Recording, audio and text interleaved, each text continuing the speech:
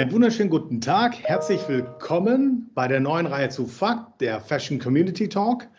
Ich begrüße Sie im Namen von Setlog und vom Dialog Textil-Bekleidung.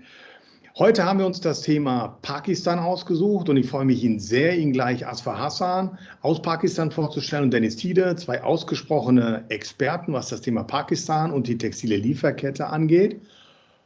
Wir werden gleich ins Englische switchen und this is here where we go. So Azfar, Deniz, very much welcome on our third talk of Fact. It's great to have you on board, and as time is scarce, I would actually quickly, if you introduce yourself, I would just start with the first question, probably to you, Azfar. No, why don't we do it that you go ahead first and quickly introduce yourself? I think that makes a lot of sense. It's much nicer. Okay, hi. My name is Azfar Hasan. I'm the founder and CEO of three companies, so Matrix, and then it's a sourcing company. We play the role of matchmaking between buyers and sellers. And then we've got a technology company which provides supply chain solutions, so software solutions called Tree.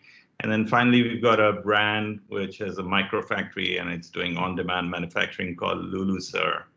And these three companies, I'm very proud to have founded these, and these are tough times, but we're struggling and finding a way through. Basically, been in the business about 30 years, and I'm glad to be part of this discussion with Guido. It's always nice to share our thoughts. Over to you, Deniz. Yes, thanks.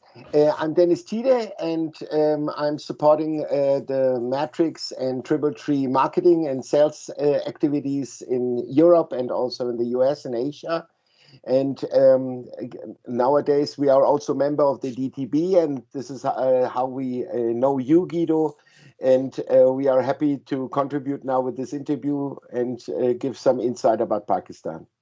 Well, super cool. Well, let's actually start off, guys, and probably Azfar, to you, the first question is, how has COVID-19, affected the situation in Pakistan? Tell us a bit about it. Yeah, so like everyone else, I mean, it's hit us very unexpectedly. It was like a bolt out of the blue. Our first case appeared on the 26th. Maybe I can share a graphic image with you to, it'll be easier to describe it. Just give me a second and I'll put that image up. So here we go. Oh, wow. Okay. So that basically summarizes where Pakistan is. We've had a few casualties, but we're fortunate that compared to a lot of other countries, the rate of casualties has been slow in climbing. We're averaging daily casualties about 30, 35 per day right now. And our first incidents came through towards the end of February. So it's been a while. And on the extreme right corner, you can see the chart, how we compare with Germany, for example. So you can see the German peak come, and now, the casualty rate is down. Everybody's thankful for that. But ours is still like slowly climbing. It's still on its way up, but it's a very gradual slope. The total number of casualties in Pakistan is about 1,000. We've crossed 1,000 today. But it's been like 2.5, 3 months since our first case came through.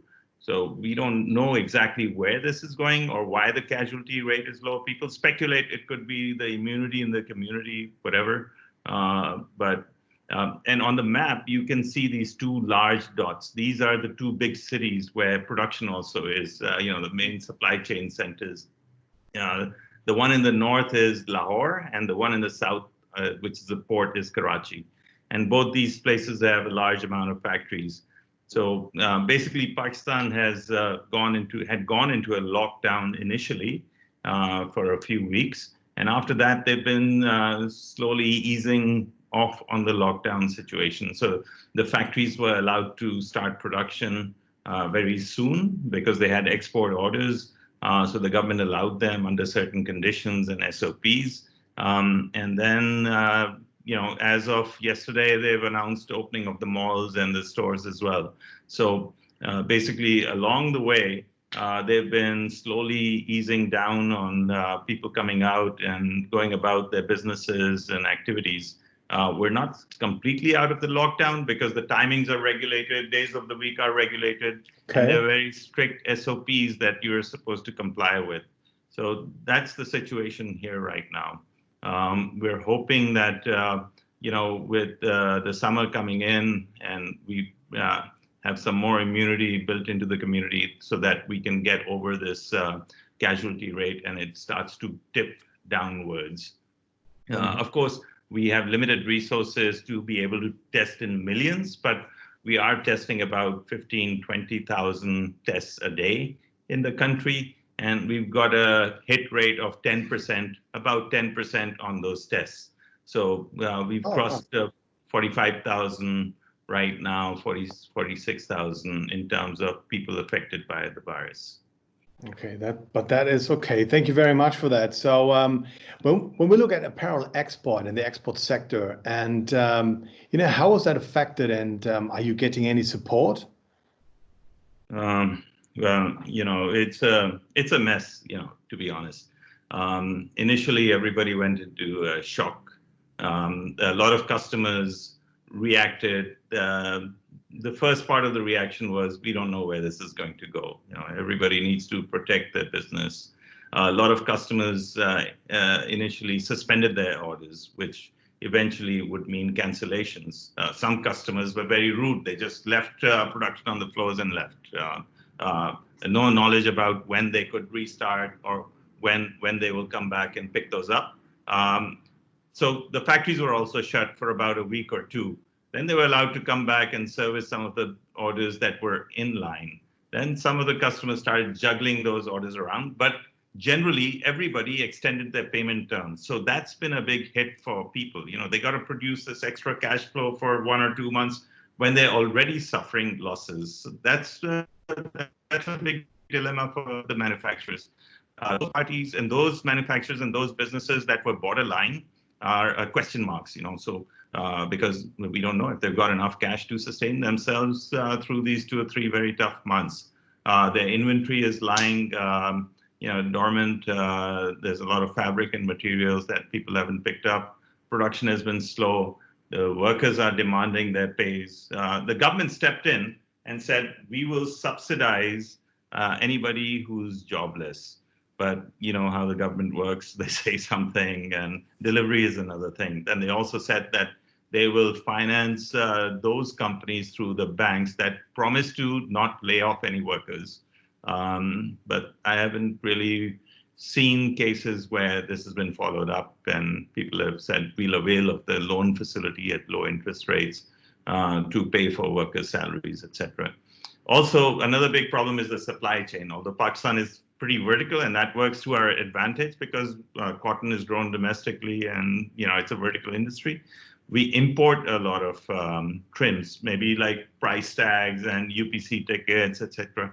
Those were caught in the pipeline, So some production that is ready doesn't have UPC tickets, or the buttons are missing, and so on. So that's people are working around it. But we closed our airspace also. Some cargo planes are coming in. They're difficult. DHL says 15 days for delivery. They might deliver earlier, but it's expensive also. So, people are trying to find their way around, but it's a tough situation. Workers are getting agitated. Right now, this end of this week, we have our Eid celebration, which is the equivalent of your Christmas. Every year, the workers are used to getting bonuses because that's their way of celebrating. Unfortunately, people who are struggling to even pay normal salaries, having difficulty paying the bonuses. So there have been instances where workers have agitated against factories and come out with, on the streets, etc. But these are isolated incidents at the moment. Every factory is trying to handle it in their own way. I mean, it's really hard. I mean, the industry, both sides, of the supply chain has been really hit hard. But especially now with the Eid festivals coming up now, that's, Really, really, really bad to hear. So, but Dennis, maybe coming to you is, I mean, in the press you could read that US and UK customers were the ones that were pulling orders, something that you described. What are you hearing from your customers in the the German-speaking region? What can you tell us, Dennis? So from our customers out of our portfolio, out of our matrix and triple tree portfolio, now it's related to sourcing, we were quite lucky. The customers mainly postponed the orders instead of canceling. And our main accounts, which are contributing into our business from the European region, are companies which are open now. So they are in a discount sector, which helps us also to continue the business. So from that regard, from our part of the world, in Germany, it was good for us that we haven't seen any cancellations, but the postponements were sometimes also to that extent that it has been postponed by almost 9 to 12 months. What is also, I mean, the orders are financed from the vendor side. Means the money will not come before 9 to 12 months before it will be shipped. But luckily, they have not been canceled. So the cancellations we have faced from other parts. Overall, what we see also is the current tight situation between China and the USA is bringing more US customers to Pakistan. And what we can feel also, this not knowing about Pakistan or not considering Pakistan as a destination is more and more going away. People are considering Pakistan more. They see also the dynamics in the country are different than in Bangladesh and in India, for example. You find big units, you find a different commitment of the people. The entrepreneurs in Pakistan also towards modernizing and improving their productions. So the dynamics are moving in a very positive direction. Well, that's cool. Well, I know you both, and you're very positive, optimistic people. So tell us, what does the near future look like? What do you expect? Yeah. So for one thing, I think it's a time for reflection while things have slowed down.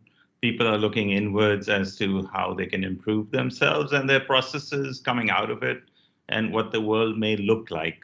Those adjustments are vital. So one big thing we hear is a move towards more digitization, analytics, so that you can improve your productivity and efficiency, improve your reduce the wastages, and reform yourself to do more with less resources.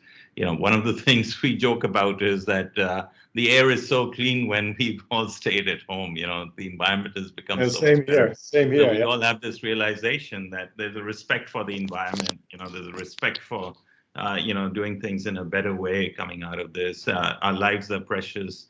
I think our friends are precious, and that's the beauty of this thing. Even in the crisis, you're able to see that things you took for granted. So this move towards digitization and efficiencies, it's the ideal time because we're all sitting at home. We're having this VC call right now and wondering. In the past, you would have said, come over to Germany, have a beer, we'll sit and have a chat and just have this interview.